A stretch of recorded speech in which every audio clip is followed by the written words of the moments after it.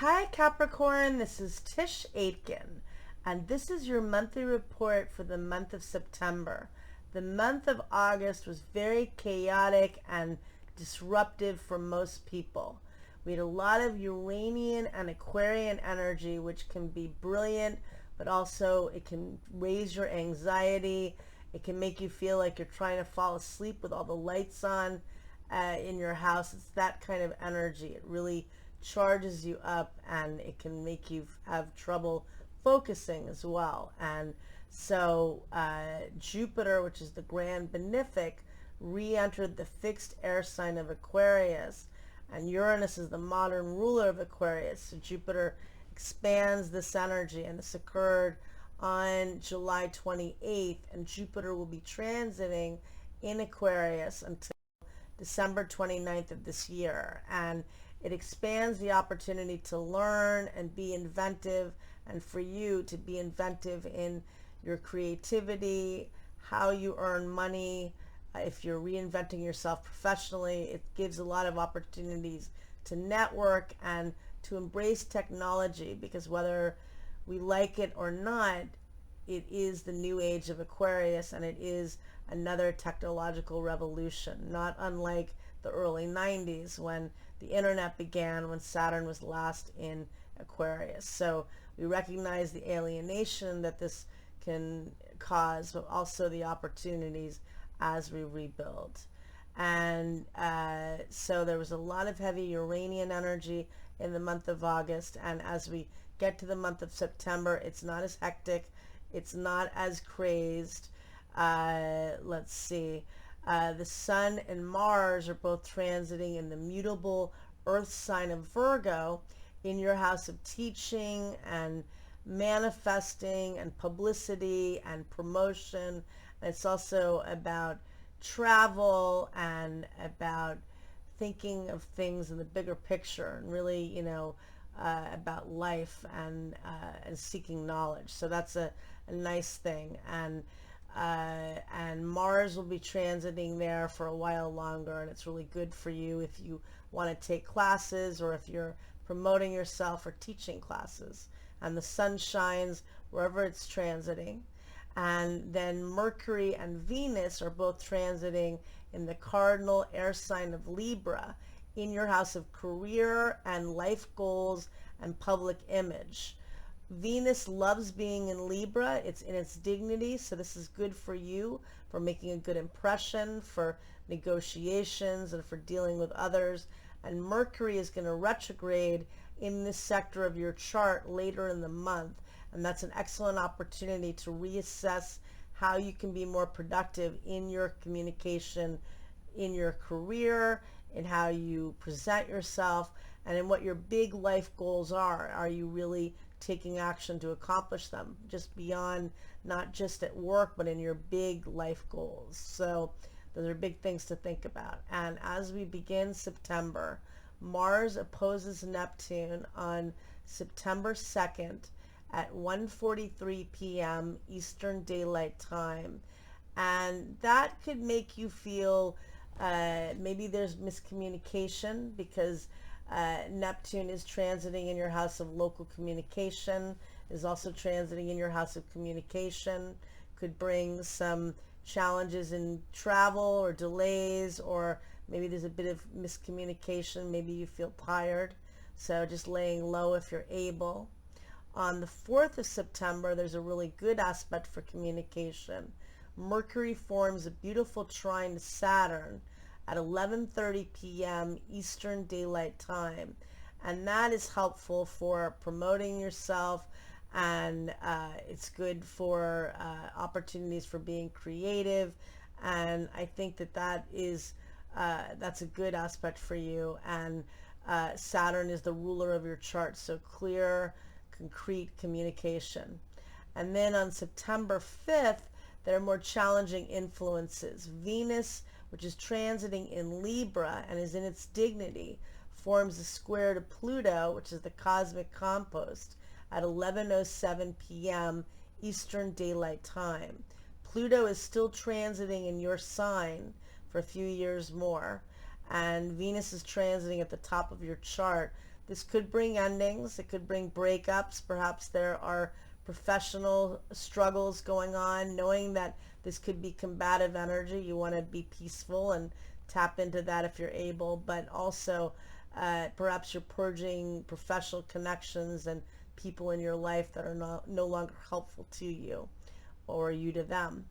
And then on the 6th of September, we have some really nice aspects. There is a new moon that day, so that's a really good day for doing the law of abundance and setting intentions and really focusing on what your hopes are, because the new moon itself falls for you in the house of hope and manifesting and belief systems. So really focusing on manifesting work. And on the day of the new moon at 8:20 a.m. Eastern Daylight Time, Mars forms a beautiful trine to Uranus, and that is a very inventive and innovative energy.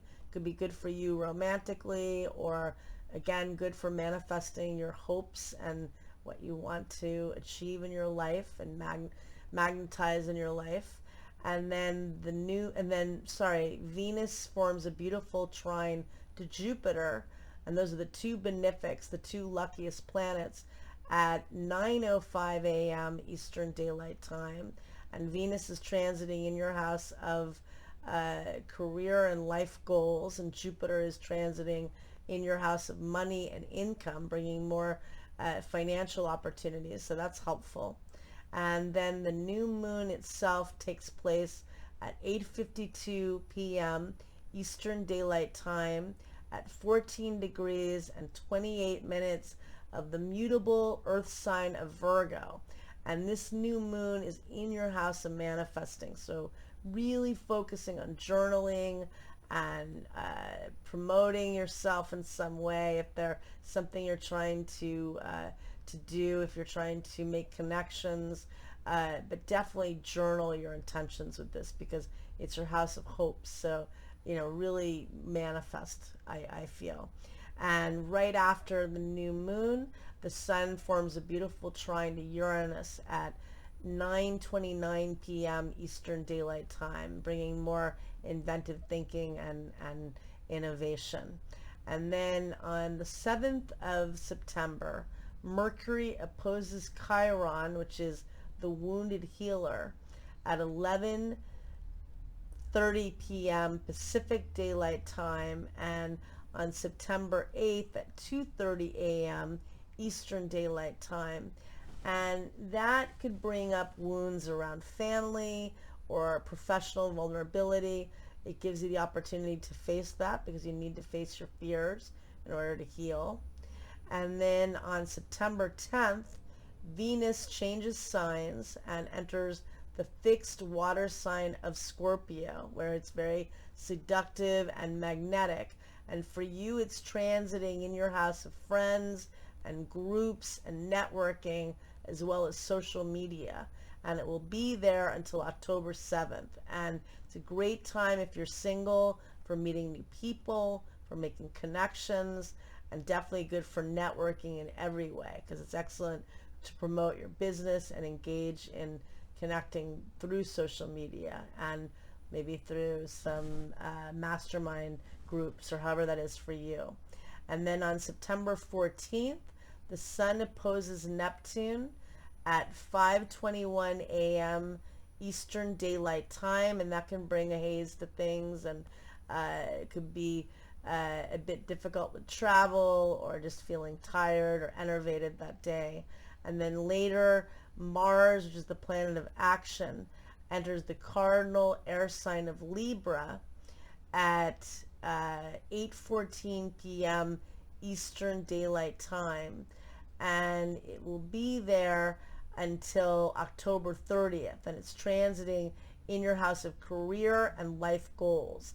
It's exalted by house placement, because it's exalted in the 10th house, but it's technically in its detriment in the sign of Libra, because it rules the opposite sign. Nonetheless, it gives you an opportunity, because it is a new 2-year cycle, around achieving your life goals, getting going. You're a cardinal sign, you're very ambitious, and again, you were the one on the stage in the hot seat last year. It was the age of Capricorn. It was the epic of Capricorn. Now it gives you an opportunity to get things done, and you're not as much in the hot seat as you were last year. But hopefully this gives you some ammunition to get things done with Mars transiting there through the end of next month. And then on September 16th, the Sun forms a beautiful trine to Pluto at 9:53 p.m. Eastern Daylight Time, and that's really good for achieving your desires and what you're trying to manifest.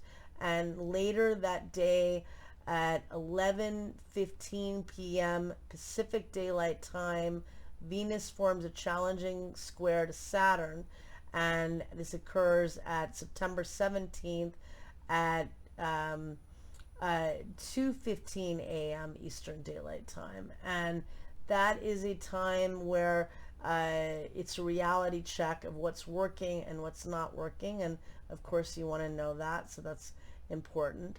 And then let's see, on September 20th there is a full moon that day in Pisces, very emotional. The moon meets up with Neptune in Pisces at 7:39 a.m. Eastern Daylight Time, and this is in your house of thoughts and ideas, and probably having very prophetic or very strong dreams or messages coming your way. Pisces is a very psychic sign. And then Mercury forms a helpful trine to Jupiter. Mercury is the planet of communication, and Jupiter represents optimism, and this occurs at 6:53 p.m. Eastern Daylight Time. But then the full moon occurs at 7:53 p.m. Eastern Daylight Time at 28 degrees and 14 minutes of the mutable water sign of Pisces. And this is on the fixed star known as Shiat, degree of Pisces, and it's a fixed star associated with shipwrecks and loss and despair. It's not an easy, fixed star, and it's the final degree of the zodiac. So there's a finality that we're all honoring, a lot of loss we've all endured in this past year, and hopefully tapping into the hope and community that Mercury trine Jupiter in Aquarius represents. It's about learning and building community and upgrading our skills, and we all need to do this, obviously, and to be optimistic in a very sad time.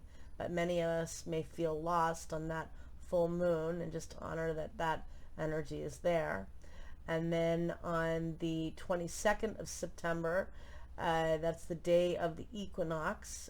That's when the sun crosses the celestial equator, and it's approximately equal day and equal night. And in the northern hemisphere, the sun heads south, and it's the beginning of the fall equinox. And in the southern hemisphere, the sun is headed north, and it's the beginning of the spring equinox and the spring season. And we honor what the next few months have in store. And I cast a chart for the equinox, and it has Capricorn rising at approximately 14 degrees, and this speaks back to when Saturn stationed direct in September of 2019 at 13 degrees of Capricorn, what you were working on at that time in your life. And then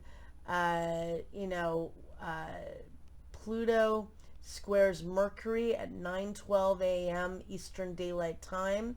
That's eliminating fears that could bring power struggles and endings, but it also can uncover hidden information and give you the ability to see through situations where you need to be courageous and really to give you keen insight on that. But it can definitely represent change. The moon will be at 21 degrees of Aries, which is also at the world point. Anything at 22 degrees of the cardinal signs is the world point, and those are Aries, Cancer, Libra, and Capricorn.